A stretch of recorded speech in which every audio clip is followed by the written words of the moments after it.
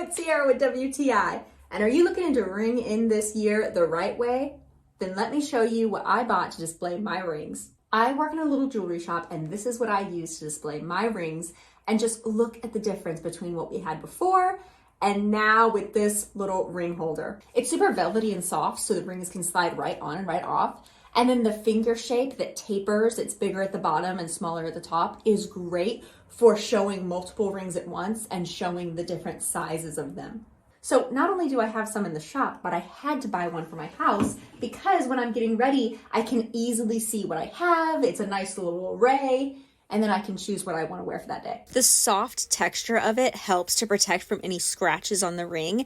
It's also super high quality, and the color black doesn't distract from the poppiness or shininess of the ring. So with this simple little object here, I have found such a better way to organize my life.